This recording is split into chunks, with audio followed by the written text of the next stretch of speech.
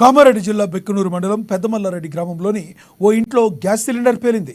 గ్రామంలోని వృద్ధురాలు సత్తవ్వ ఇంట్లో వంట చేస్తుండగా ఒక్కసారిగా గ్యాస్ సిలిండర్ నుంచి గ్యాస్ లీక్ కావడంతో మంటలు వ్యాపించి సిలిండర్ పేలిపోయింది. ఈ ప్రమాదంలో ఇంటి పైకప్పు పూర్తిగా ధ్వంసం కాగా ఇంటి గోడలకు పగుళ్లు కూడా వచ్చాయి.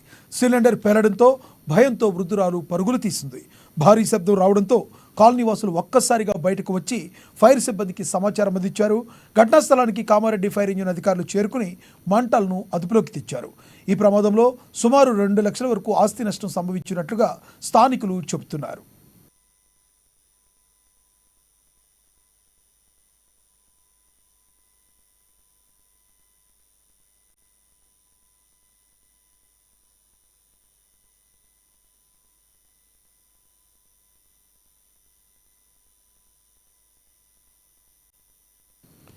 మహబూబాబాద్ జిల్లా ఉల్లేపల్లి భూక్యా తండాకు చెందిన పర్వతారోహకుడు భూక్యా యశ్వంత్ 6250 మీటర్ల ఎత్తైన మౌంట్ క్యాంగ్ యాండ్సీ 2ను అధిరోహించిన విషయం మనకు తెలుస్తుంది.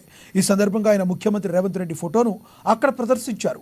ముఖ్యమంత్రికి ధన్యవాదాలు తెలుపుతూ లేఖ రాశారు. తన ఆనందం విజయంలో ముఖ్యమంత్రి అందించిన సహకారం మరిచిపోలేదని ఆ లేఖలో ఆయన గుర్తు చేశారు. సీఎం రేవంత్ నాయకత్వ పటిమ, దూరదృష్టి, కృషి, ప్రజల పట్ల చూపించే శ్రద్ధ ఎంతో స్ఫూర్తిని అందించాయన్నారు.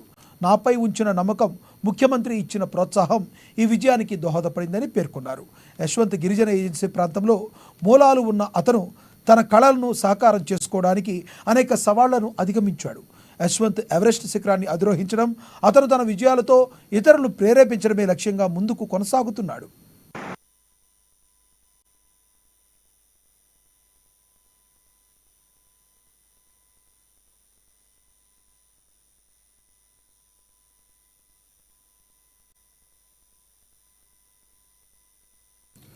మహారాష్ట్ర